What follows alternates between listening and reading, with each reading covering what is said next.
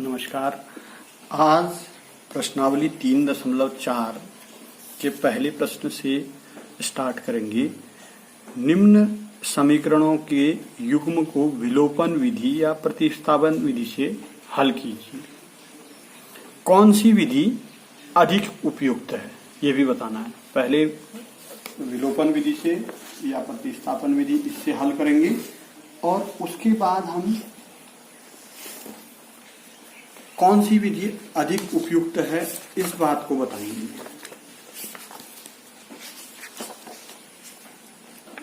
तो पहला क्वेश्चन है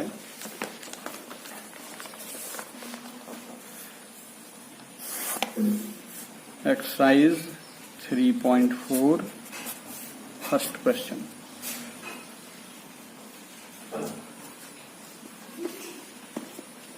x plus y is equal to 5,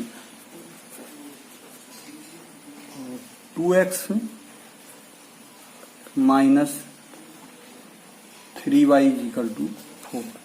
प्रतिस्थापन विधि से अगर इसको हल करते हैं तो यहाँ पर y को x का मान पहली समीकरण से x का मान निकालेंगे और उसको दूसरी समीकरण में x की जगह पर रख देंगे। तो यहाँ पर हम पहली समीकरण में x का मान अगर निकालेंगे तो 5 ऋण y आ जाएगा।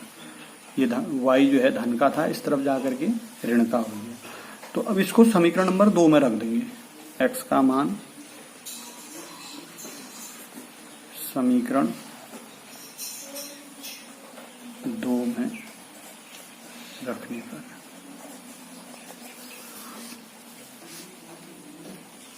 2 ये है, देखिए 2x ऋण 3y बराबर 4। 2x की जगह 5 ऋण y रख देंगे। 5 ऋण y ऋण 3y बराबर 4 हो गया। 2 से 5 को गुणा करेंगे 2 5 10। 2 से ऋण y को भी गुणा करेंगे ऋण 2y। यहाँ पर आप लोग मिस कर देते हैं इसको। 2 ये दोनों चीजों से गुणा होगा। इसके बाद इससे नहीं होगा, लेकिन ऋण 3y ये अलग बराबर 4। अब ऋण 2y और ऋण 3y ये आपस में जुड़ जाएंगे और ऋण का बनाएंगे 5y बराबर 4। ऋण 5y ये 10 को यहां से इधर पक्षांतर कर देंगे। ऋण 5y बराबर 4 ऋण 10। 4 ऋण 10 आपका ऋण 6 हो जाएगा। ऋण 5y बराबर ऋण 6। ऋण दोनों जगह से हटा देंगे। 5y बराबर 6, y बराबर 6/5। y का मान किसी भी एक समीकरण में रख दो आप। y का मान समीकरण 1 में रख लो। y का मान समीकरण 1 में रखने पर 1 है हमारे पास। x धन y बराबर 5, तो y का मान 6/5 रख देंगे। 6/5 बराबर 5। अब इस 6/5 को पक्षांतर करेंगे। x बराबर 5 ऋण 6/5। पूर्ण संख्या में से भिन्न संख्या को घटाना बहुत आसान काम है। देखो, इसको इससे गुणा कीजिए। 5 को 5 से गुणा करेंगे, ऋण 6 करेंगे। 5 5 25, 25 में से 6 घटाएंगे 19, 19/5 आ जाएगा। नीचे यही आएगा, लेकिन तरीका ये रहेगा 5 गुणा 5 ऋण 6। 5 5 25, 25 में से 6 घटाएंगे 19/5। तो x बराबर 19/5 और y बराबर 6/5 प्रतिस्थापन विधि से हल हुआ है। अब इसके बाद इसको विलोपन विधि से हल करेंगे। देखो, x धन y बराबर हमारे पास 5 है और 2x ऋण 3y बराबर 4 है। पर विलोपन विधि से हल करने के लिए आपको क्या करना है, ये गुणांक बराबर करने हैं। जैसे x है 2x है तो ये 2x से ही करना है। इसको 2x करना है तो 2 से पूरी समीकरण गुणा होगी। अगर यहाँ पर अगर आप 3 से गुणा करके y को भी बराबर कर सकते हैं। यहाँ पर 3 से इसको y को गुणा कीजिए, पूरे को गुणा कीजिए और फिर नीचे जोड़ना पड़ेगा। समीकरण 1 गुणा 3, समीकरण 1 गुणा 3, तो 3x धन 3y बराबर 3 पंचे 15। समीकरण इसको 3 कह दो। अब दूसरी समीकरण इसी के नीचे तक रखिए। 2x ऋण 3y बराबर 4। अब देखिए जिसको विलोप करना है आपने, उसका चिन्ह क्या है, धन ऋण। अगर अपोजिट साइन है तो आपने जोड़ने पर लिखना है, दोनों समीकरणों को आप जोड़ देंगे। जोड़ेंगे तो इसमें कोई बदलाव नहीं करना है, ये इसके साथ कट जाएगा। 3x में 2x जुड़ जाएगा तो 5x हो जाएगा। 15 में 4 जुड़ जाएगा तो 19 हो जाएगा। यहां से 5 का पक्षांतर करेंगे तो x बराबर 19/5। अब आप देखिए x का मान प्रतिस्थापन विधि से हमने निकाला है इधर, ये भी 19/5 है। तो दोनों विधियों से आपका एक ही आंसर आएगा। x का मान समीकरण 1 में रख देंगे, x का मान समीकरण 1 में रखने पर x का मान 19/5 है और धन y बराबर 5 हो गया। अब इसको पक्षांतर कर देंगे, 5 ऋण 19/5, 5 फिर तरीका वही आ गया, 5 5 25 में से 19 घटाएंगे तो 6 आ जाएगा, 6/5, y बराबर 6/5 आ गया। तो x बराबर 19/5 और y बराबर 6/5 आपका हल हो गया। कौन सी विधि अधिक उपयुक्त है? देखिए इसमें प्रतिस्थापन विधि में हमको बहुत सारे पेज करने पड़े हैं, बहुत थोड़ा इससे लंबी लग रही है और इसमें जो है ज्यादा काम नहीं करना पड़ा हमको। तो यहाँ पर विलोपन विधि अधिक उपयुक्त है। विलोपन विधि अधिक उपयुक्त है, ये ज्यादा सरलता से हो गई, अधिक उपयुक्त है।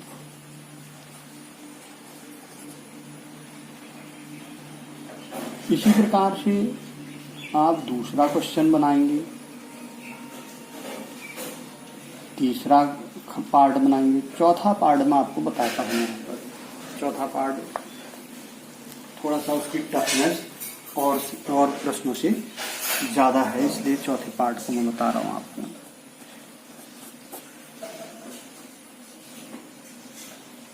x/2 धन 2y/3 बराबर 1 और दूसरी समीकरण है x ऋण y/3 बराबर 3। इस प्रकार की समीकरणों को आप ऐसी समीकरणों में चेंज कर सकते हैं। एक तो ये तरीका है, दूसरा डायरेक्ट तरीके से भी कर सकते हैं। ऐसी समीकरणों को चेंज करने के लिए हमको क्या करना पड़ेगा, देखो 2 और 3 है यहाँ पर, तो 6 से गुणा कर दो पूरी समीकरण को, और यहाँ 3 है तो पूरी समीकरण को 3 से गुणा कर दो। 3 और वैसे 1 हुआ, 1 और 3 का लॉस जो है 3 ही आएगा, तो इसको 3 से गुणा कर दो और इसको 6 से गुणा कर दो, तो ये समीकरण इस रूप में चेंज हो जाएगी, ऐसा रूप बन जाएगा इसका। तो इसको 6 से गुणा करेंगे तो 6x/2 धन 6 से गुणा करेंगे तो 6 दूनी 12y/3, 6 एकम 6, 2 से 6 कट जाएगा, 2 तियां 6, 3x और 3 से बाहर कट जाएगा, 3 चक्को 12, 4y और 6 ऐसे ही रहा। समीकरण नंबर 1 कर लिया। इसको 3 से गुणा करेंगे तो 3x 3y/3, 3 तियां 9, ये 3 इस 3 से कट जाएगा, 3x ऋण y बराबर 9।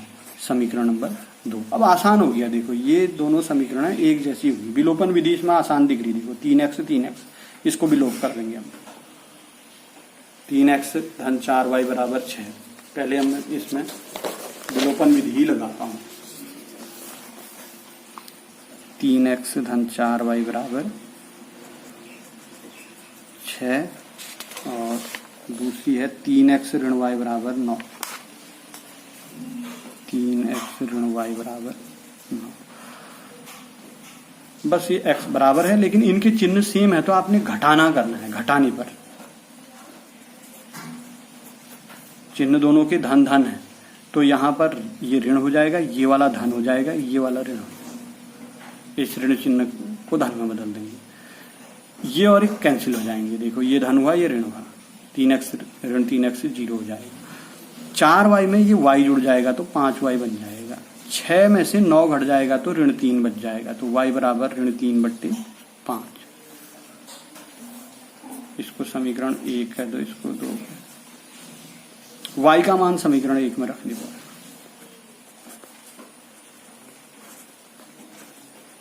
एक में रखने पर 3x धन 4 गुणा y का मान हमने ऋण 3/5 रख दिया बराबर 6। 3x धन ऋण 12/5, 4 गुणा ऋण 3, चिन्हों का विशेष ख्याल रखना है गणित में, बराबर 6।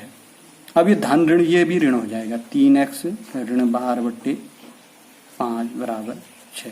अब इस 12/5 को आप पक्षांतर कर देंगे, 3x से इधर ही रहा, 6 धन 12/5। फिर ये पूर्ण संख्या में ये जोड़ना बहुत सरल तरीका है, 5 छक्का 30, 30 में 12 जोड़ देंगे, 30 में 12 जोड़ेंगे तो 42/5, 3x बराबर। अब इस 3 का पक्षांतर करेंगे, यानी 5 के साथ गुणा में आ जाएगा, x बराबर 42, 5 गुणा 3। इस 3 से 42 को काट देंगे, 14 3 42, तो x बराबर 14/5। ये आंसर आ गया। इसको दशमलव में चेंज करके भी रख सकते हैं आप, x बराबर अब आपका 5 दूनी 10, 5 अट्ठे 40, 2.8 भी इसका आंसर हो गया, ये भी इसका आंसर हो गया। अब इसी प्रकार से x का मान आप समीकरण 1 में रख दो, x का मान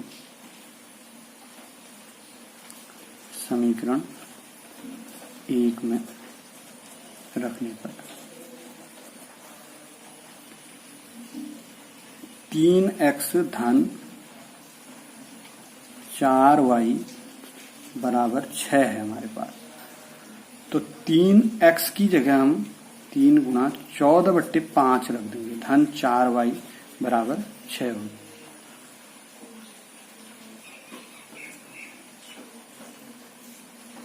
चौथियां 42/5, फिर 42/5 बन गया, 42/5 धन 4y बराबर 6। तो इधर गुणा ले आएंगे इसको, 4y बराबर 6 ऋण 42/5, 5 छक्का 30, 30 में से 42, अब चिन्हों का ध्यान रखना है, 30 में से 42 घटेगा तो ऋण 12 आएगा, ऋण 12/5, 4y बराबर ऋण 12/5। अब 4 को यहाँ ले आएंगे तो 4 तियां 12 हो जाएगा, वैसे यहाँ से भी काट सकते हो आप, 4 तियां 12, ऋण 3/5, y का मान ऋण 3/5। तो x का मान 14/5 और y का मान ऋण 3/5। प्रतिस्थापन विधि से अगर इसको हल करना है तो हमको पहले दोनों समीकरणों को इसी रूप में लिखना पड़ेगा। 3x धन 4y बराबर 6, एक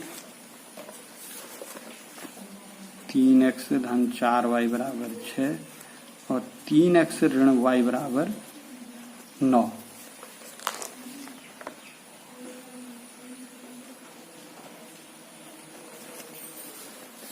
अब हम प्रतिस्थापन में भी हमारा ये आसान है, देखो y को हम इस तरफ ले जाएंगे, 9 को इधर ले आएंगे, तो इसको समीकरण 2 से y का मान निकाल करके समीकरण 1 में रख देंगे। तो यहाँ पर y बराबर हो जाएगा 3x ऋण 9, ये y इस तरफ जाएगा धन, 9 इस तरफ आएगा तो ऋण 9, तो y बराबर 3x ऋण 9, उसको हमने यहाँ ऊपर रख देना है, 3x धन 4, y की जगह ये रख देंगे 3x ऋण 9, 3x ऋण 9 बराबर ये 6 हो गया। y का मान 2 से निकाल करके समीकरण, इसको लिखेंगे भी हम यहाँ पर, y का मान समीकरण 2 से समीकरण 1 में प्रतिस्थापित करने पर, तो 3x धन 4 तियां 12x 4 नम 36 बराबर 6। 12 में 3x जुड़ जाएगा, 15x हो जाएगा, 36 इधर आ जाएगा, 36 और 6 42 हो जाएगा, x बराबर 42/15। तो यहाँ पर y का मान ऋण 3/, अब x का मान समीकरण 1 में रख देंगे, x का मान समीकरण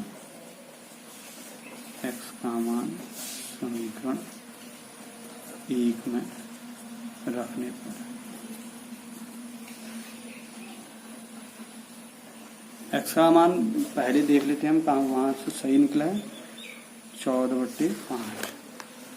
हाँ, इसको हम 3 से काट सकते हैं, 3 से इसको काटेंगे तो 14 हो जाएगा और बट्टे 5।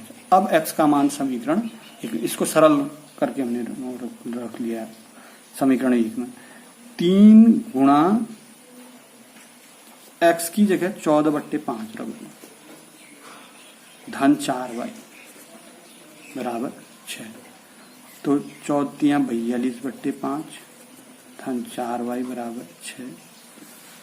42/5 को पक्षांतर करो, 6 ऋण 42/5, 5 का 30, वही आ गया ऋण 12/5, 4y बराबर ऋण 12/5। 4 से इसको काट दो 3 बार, तो y बराबर ऋण 3/5। अब आप देखेंगे दोनों विधियों से हमारा मान एक ही आएगा, y बराबर ऋण 3/5, ये विलोपन विधि से निकला हुआ है, और यहाँ पर y बराबर ऋण 3/5 ये प्रतिस्थापन से निकला है। x बराबर 14/6 ये प्रतिस्थापन से निकला है, और 14/5 ये जो है ये विलोपन से निकला हुआ है। तो इस तरीके से हमारा ये पहला सवाल कंप्लीट होता है।